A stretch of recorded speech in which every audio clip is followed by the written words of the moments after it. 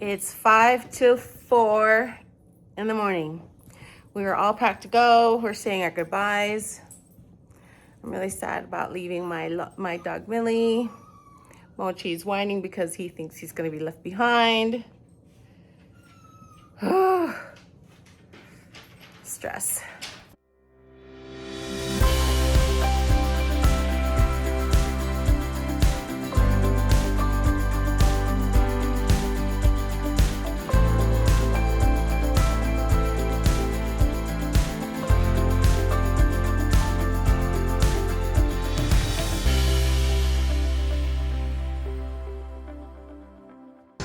Here we are.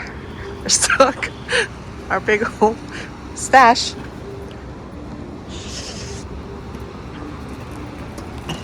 probably have too much stuff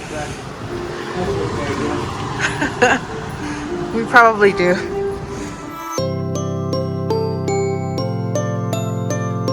We're here. Denver Airport.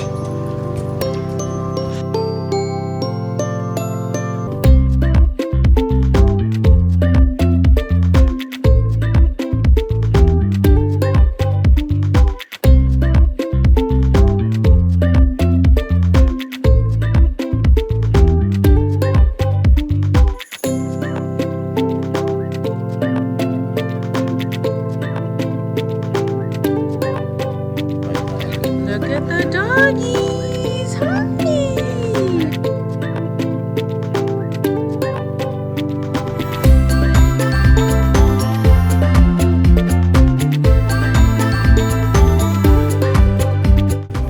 All right, so we've been chilling, just hanging out, waiting for our flight because we had a 3.5 hour layover. But it's almost time for us to get on board. We're well fed, we're well rested, I think. We're gonna rest some more. The dogs have been incredibly great. So, off to Paris.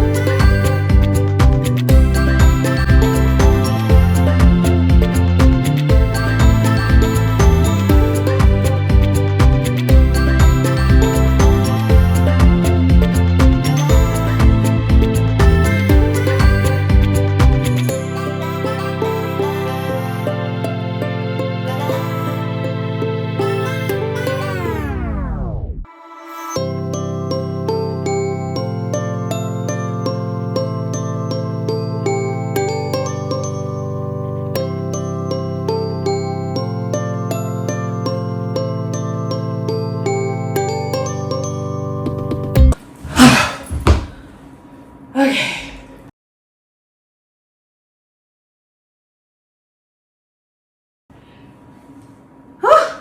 Just made it to our Airbnb. We did it.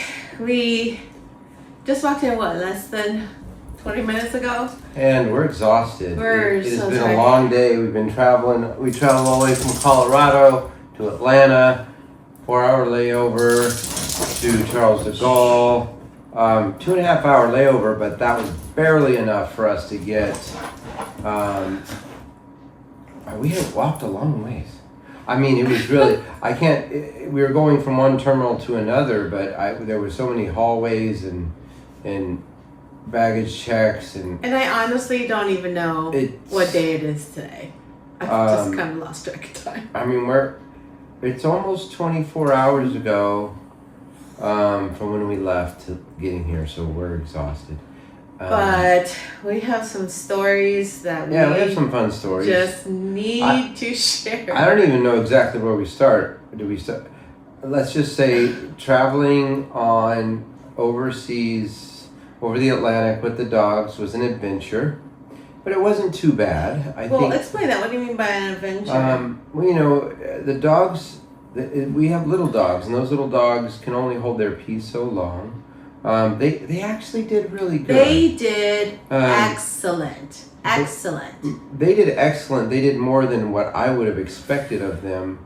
Especially, we had to get off the plane after, we boarded an hour before and then an 8-hour flight. So we were on the plane for 9 hours, going across the Atlantic. And boy, when we were moving, and I went into a bathroom stall in the men's room to try see if they'd pee on the floor or something. Because they've been holding it for so But long, they didn't want to. and we couldn't find a pet relief anywhere in Paris. So Interestingly, I saw one when we were walking. There was all these glass, and we were walking in a hallway, and I saw a reflection of it at one point, and it was a mirage. I was confused, and the pet relief area was gone, and anyway. Correction, I didn't mean Paris. I meant the airport, Charles de Gaulle. Which is in Paris. Right, but I wanted to specify that's what I meant. We couldn't find a pet relief. And actually, they didn't have any accidents, and it was Pepper that had an accident until we actually landed in Montpellier.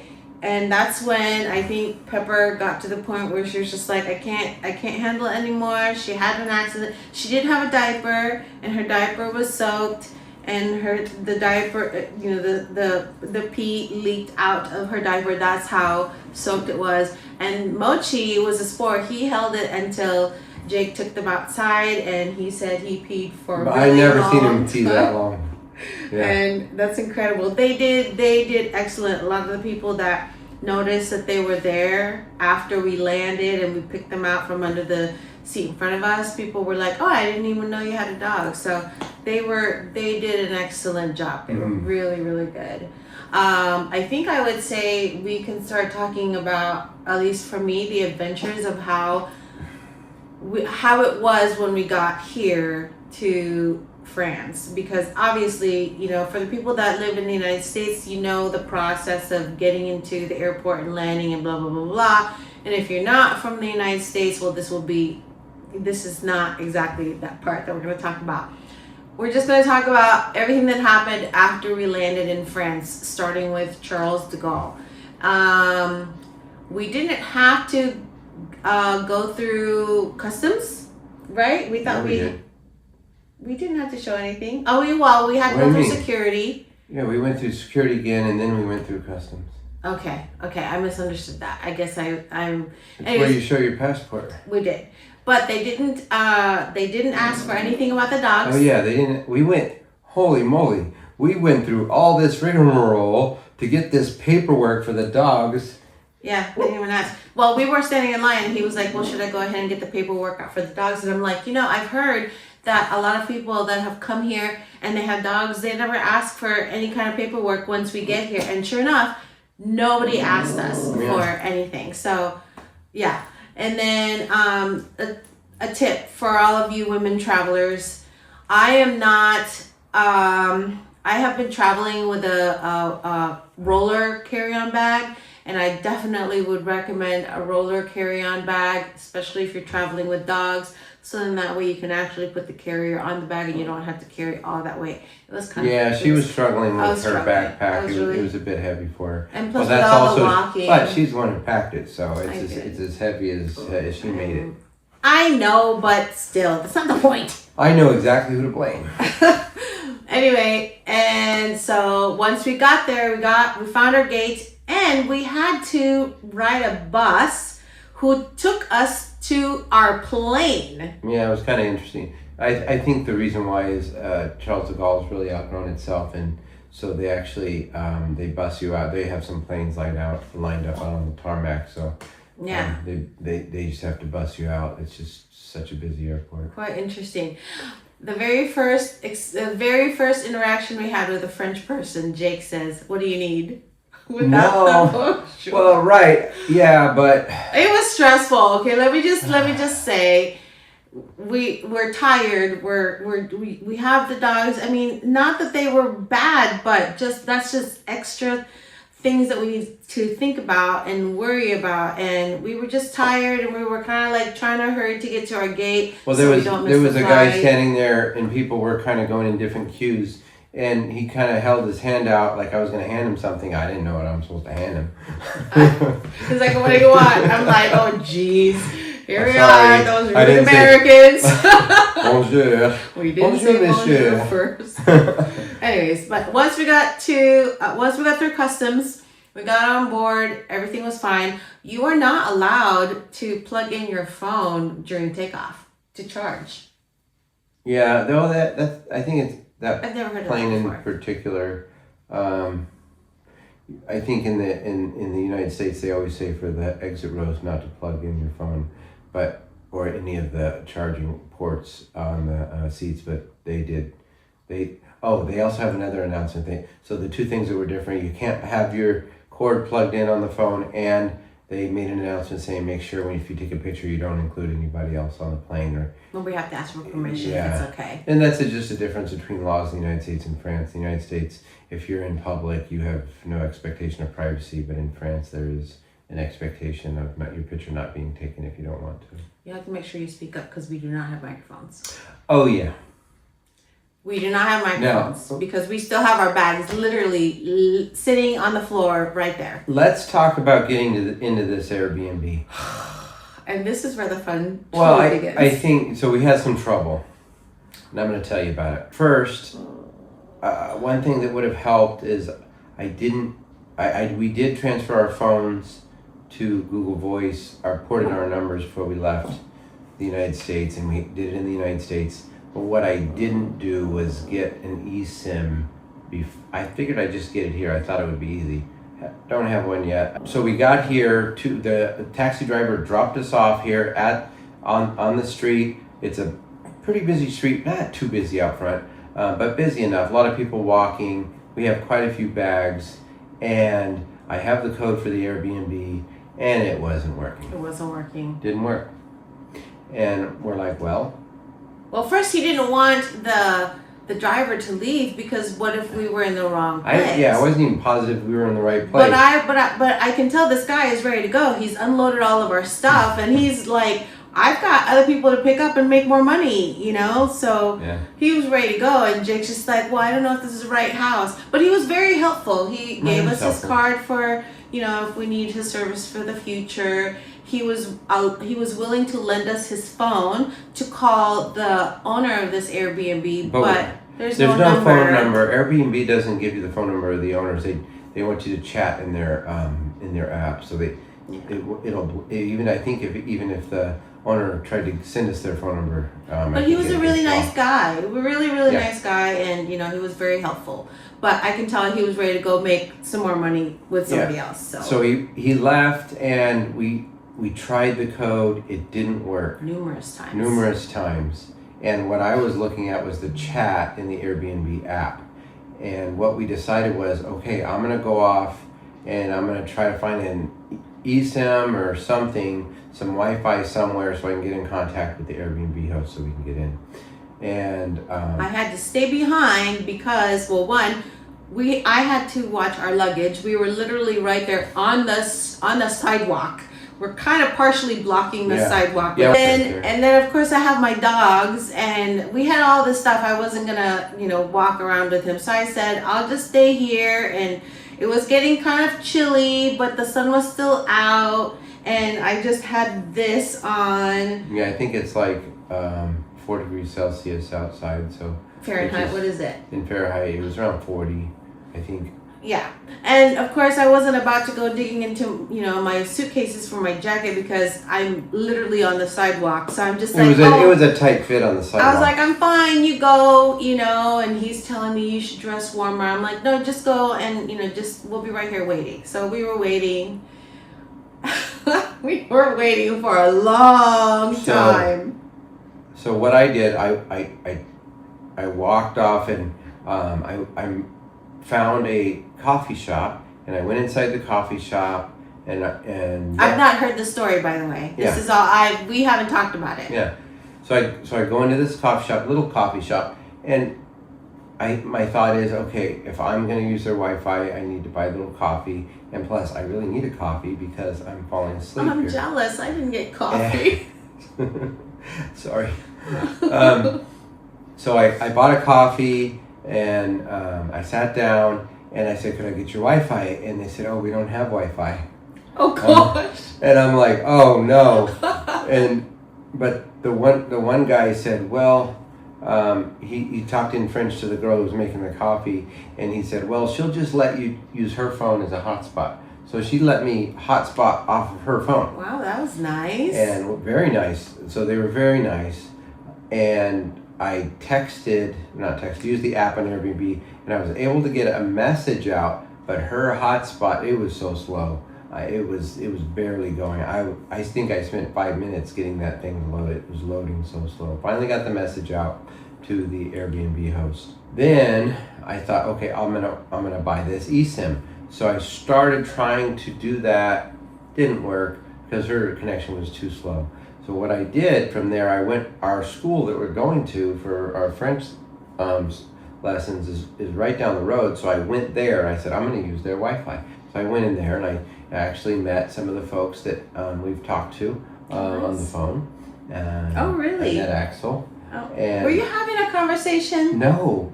Yeah, little. He was on the phone. He just came over and shook my hand. I'm like standing outside in the cold. They gave me the password to the Wi-Fi, and I couldn't get that Wi-Fi to work. It wasn't loading. I spent like 5-10 minutes trying to get this Wi-Fi to work, and then they gave me the password to the admin Wi-Fi for the school because that one wasn't working. Finally got the Wi-Fi to work, and I went through this whole process. And this is why you need to get your eSIM before you leave the United States. Before you leave the United States. So I went this whole process. It still wasn't very good Wi-Fi. Working on getting everything, uploading my passport, filling in, getting had to use this. I've never had it to where I had to download this app to tap to confirm that I do have the card, probably because I'm out of the country, from where the card is from. Finally got through the whole process for the eSIM. It says, okay, within the next 5 days, you're going to get a text and say I'm like, within the next 5 days? I want it to be now. I thought it would be instant. So, wrong. It's not instant. Oh my gosh. So, I don't know. Now I need to go on a hunt to get another eSIM. So, we'll see. On my side, I'm standing literally outside. I'm facing the direction of where Jake took off. I have the dogs. They're in their carrier, and I'm trying to keep them warm because it was starting to get windy and the temperature was dropping, and we've got people walking back and forth. It's quite busy out there. Yeah, and then cars that are stopping because there's a stoplight right behind me. So they're literally like stopping and probably making comments about me. I don't know, but I had to like not pay attention and say, I will never see these people again. They're probably making up stories. What is wrong with this lady with her huge United States suit, like luggages? I mean, like big. I mean, the taxi driver made a comment about how big our luggage was. Anyway, so there I was standing there, and then there was an ambulance that came by, and for whatever reason, my thought was just like, oh no, did something happen to Jake? If something happened to Jake, there is no way for him to contact me. And then I'm like, what am I going to do if Jake doesn't come back? I can't even use Google Translate to talk to anybody. I have all of this stuff plus my dogs. What am I going to do? I'm just like, please come back. I'm like, please come back now. I'm sending ESP. Please come back. I mean, it took a while. He came back. I was so happy to see him.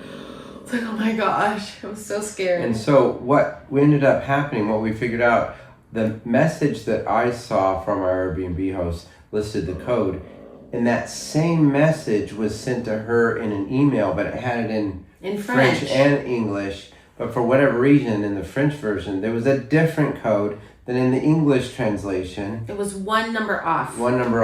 So I was probably fat-fingered, and that's why we weren't able to get in. But by the time I realized that the code was wrong, or there was one number off, I couldn't see Jake anymore. Like, he had gone too far to where I couldn't yell for him to come back.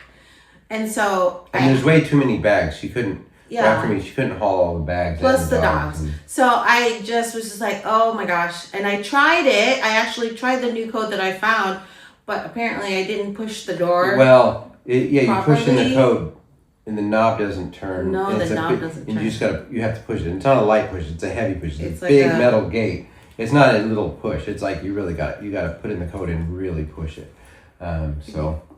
And then while I was standing out there waiting, there were these two young ladies that walked out of the gate that I needed to get in at.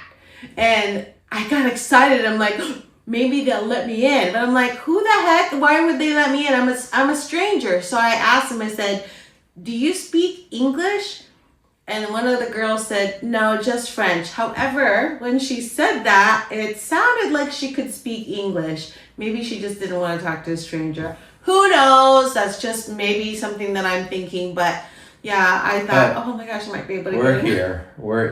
We're in the Airbnb. It took us about in the neighborhood of 24 hours of travel from the time we left the house more.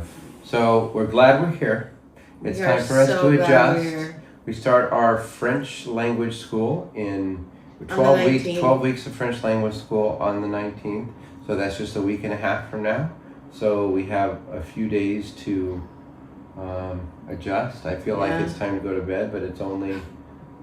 We gotta go get something to eat because but it's pushing 2 o'clock and everything's gonna we close. haven't had anything to eat. Anyway, we need to go get some food, so... Yeah, we just wanted to get that documented because you can't make that shit up. It's just like, it's crazy, you know, our first I think experience because in when you're France. tired, everything gets harder. Oh, and he gave the taxi driver the wrong address in the beginning. Yeah, but that was only for like You said 21 instead of 41. 42. 40, whatever. Still, it was different. And I'm glad we straightened. I mean, you know, it was just little nuances that it was just like, oh my gosh. And when you're tired, you know, you're not thinking straight. The stress level is a little higher than normal. But again, we're here. We made it. So far, you know, aside from all those little hiccups, you know, we're glad we're here. We're here. We made it. Just okay. Well, we'll keep you updated on whatever's next. Bye. Did I even push record?